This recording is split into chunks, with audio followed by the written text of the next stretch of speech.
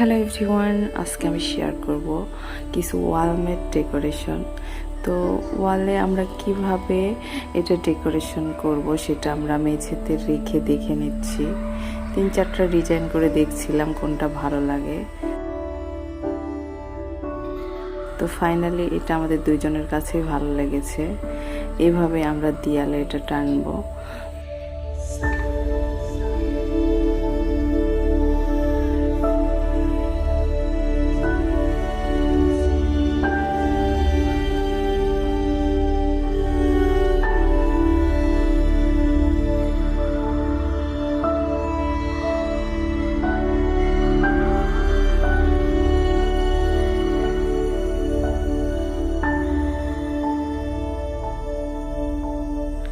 তো আমাদের সেটআপ শেষ।